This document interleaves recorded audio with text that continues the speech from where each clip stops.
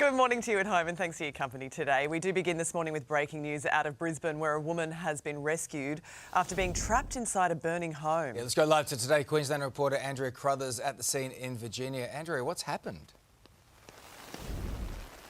Good morning, guys. Well, 3 officers and fireys are being hailed as heroes this morning after a house fire which could have ended far worse. We're in Virginia in Brisbane's north. A fire engulfs the front of a home just after 9 o'clock last night.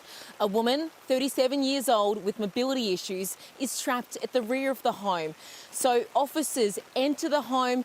Fireys cut a hole in the external wall in the side of the building to set this woman free. She's then treated for smoke inhalation, as are the officers.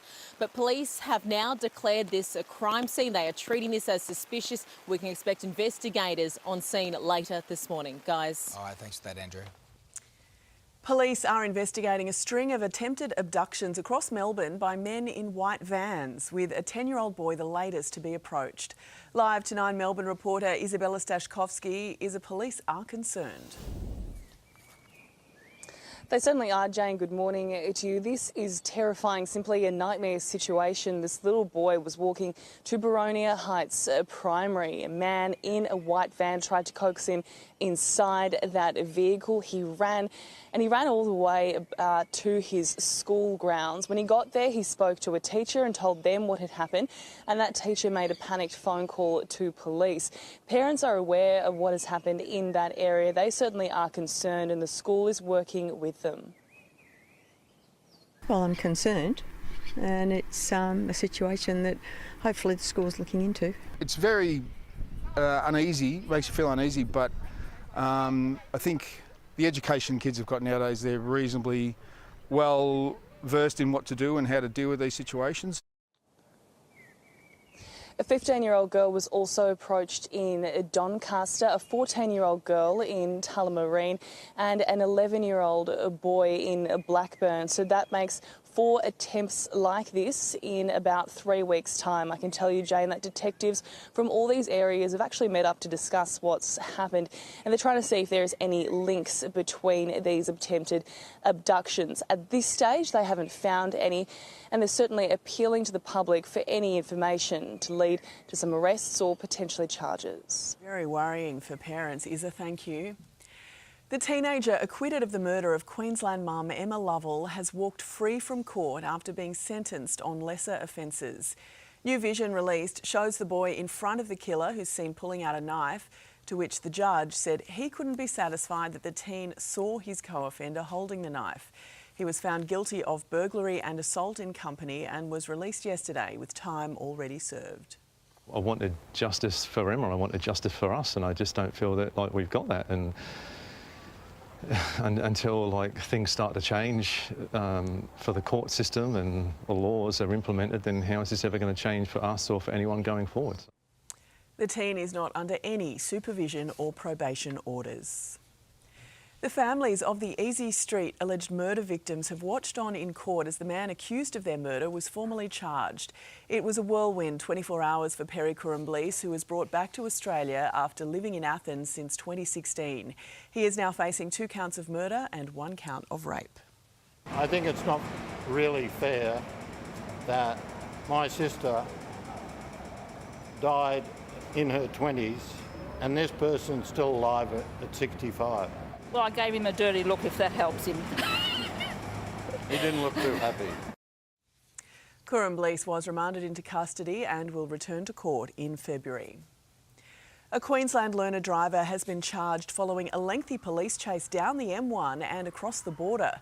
In vision obtained by 9 News, the alleged driver, Aaron John Mannell, can be seen heading towards Byron Bay with just 1 wheel intact before tyre spikes then bring the ride to an end. The 31-year-old pleaded not guilty to refusing a breath test and driving under the influence. A second teenager has now been charged over an alleged road rage stabbing in Sydney's West. A 16-year-old driver of a crashed car tried to flee the scene in Prospect last Friday before he was allegedly chased down and stabbed in the leg by a 17-year-old. Police arrested him in Blacktown yesterday and he will face court today. We have breaking news now from the United States, where a major manhunt is right now underway in New York City after a masked gunman carried out a targeted execution on a CEO. Live now to Nine's US correspondent Lauren Tomasi. Lauren, this all happened right in the heart of Manhattan.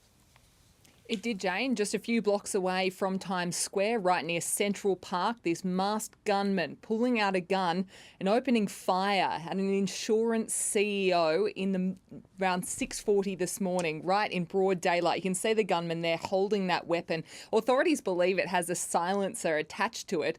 This all unfolding in just the past few hours. That victim is 50-year-old Brian Thompson. He is an insurance CEO of one of the major health insurers over here in the United States called United Healthcare. He was in New York City from Minnesota. He's in town for a conference and was walking out of his hotel, crossing the road. He was outside a Hilton right in the middle of Manhattan when this man has fired multiple shots at him at a point-blank range. Let's take a look at the New York City Police Commissioner.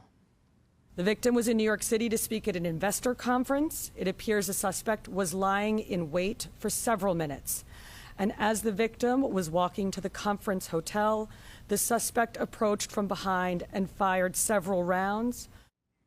Police are throwing all their resources at this right now, and they've actually offered up a $10,000 reward for anyone with information. Officers say that gunman left the scene on foot before getting an e-bike, one of those electric bikes that you can hire within the city, and took off into Central Park. That is the last place that gunman has now been seen. So police are searching across the city, but all of this is coming hours ahead of the annual Rockefeller tree lighting. That's happening in just a few hours' time. Police say there will be a major police presence there, but certainly they are treating this as a targeted assassination. Jane? Lauren, thank you. New South Wales Premier Chris Minns has reportedly been referred to the state's corruption watchdog, accused of dealings to build thousands of homes on Rose Hill Racecourse. Live to Today's Sydney reporter Jack Hahn, who's in the Premier's electorate of Cogra. Jack, the Premier has denied these allegations. Yeah, he sure has. And this morning, the Premier is slamming the allegations, describing them as disgraceful and unsubstantiated. It's been reported this morning that Chris Minns has been referred to ICAC over his handling surrounding a multi-billion-dollar proposal to turn the Rose Hill Racecourse near Parramatta into a mini city. So an upper house parliamentary committee has been looking into this entire situation. They have now want the corruption watchdog to investigate the relationship between the Premier, Chris Minns, and a man by the name of Steve McMahon. Mr McMahon is an official at the Australian Turf Club, the organisation that owns the site primed for the multi-billion-dollar takeover, and Mr McMahon and Mr Minns have been friends for more than 20 years. So this morning, it's up to the ICAC to firstly take on the case, and secondly, if they do, it'll be up to them to figure out if everything has been above board. Jane? Jack, thank you.